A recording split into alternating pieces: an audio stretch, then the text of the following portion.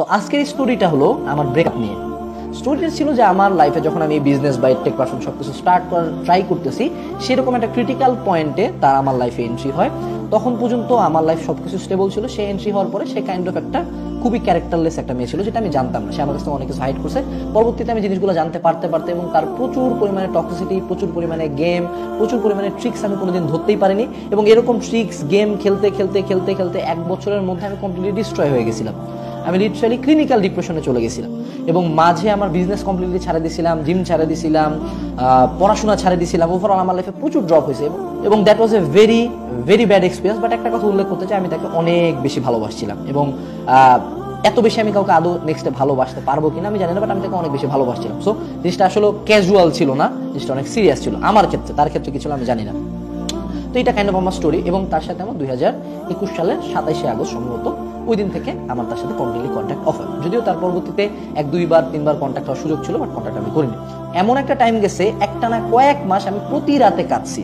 তার প্রচুর পিক দেখছি, দুঃখের গান শুনছি, ইভেন আমার হাতে সিগারেটের পোড়ানোর দাগ আছে এগুলা রিলেটেড। সো আমি এগুলো বাচ্চামিও করছি। সো কাইন্ড অফ যে পেইনটা এক্সক্রুশিয়েটিং পেইন হবে। আমি যতই ম্যানলি হই, যতই ম্যাচিউর হই, পেইনটা কিন্তু হবে, খুবই পেইন লাগে। এমনও হয়েছে যে আমি জাস্ট তার হাত ধরতে পারতেছি না দেখে আমি একটা গাছের ডাল চিপে ধরে বসে থাকুন রাতের বেলা, যাতে আমার হাতে কিছু একটা থাকে, আমি যাতে লোনলি ফিল না করি।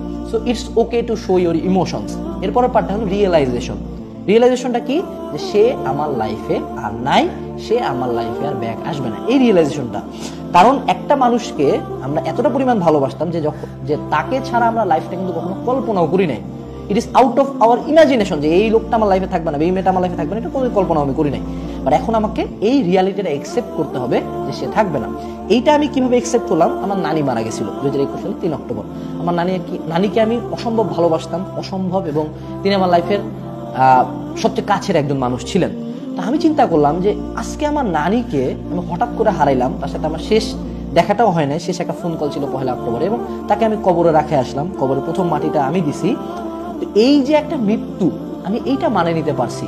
এই মানুষটা আমার লাইফে আর আসবে না, আমার নানির সাথে আমার কোনোদিন কথা হবে না, আমি এটা মানে নিতে পারছি। আমাদের বাবা মা মারা যায়, মানুষ যদি আমার যদি হঠাৎ করে আজকে বাবা মারা যায় বা হঠাৎ করে আমার মা মারা যায়, আমি তো এইটা মানে নিতে পারবো যে যাদের কাছ থেকে আমার জন্ম, যাদের উপর আমি এতটা বেশি ডিপেন্ডেন্ট, তারা মরে যাচ্ছে।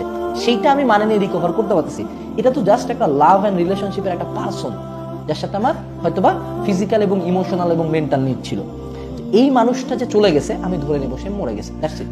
এই রিয়েলাইজেশনটা আমি করছি যে না, সে আর নাই, তার সাথে আমার কোনো প্রকার কোনো অপশন নাই। আমি আমার নানির সাথে আজকে চাইলে কথা বলতে পারবো, আমার নানির কাছকে দেখতে পারবো না, ঠিক তেমনই আমি তার সাথে পারবো না। এই অ্যাকসেপ্টেন্সটা আমার মধ্যে লাগবে এবং এই ডিটারমিনেশনটা লাগবে। সময়ের সাথে অনেক কিছু চেঞ্জ হবে, যদি চেঞ্জ না হয় সিক হেল্প, বাট মনে রাখবা যে you have to fight back.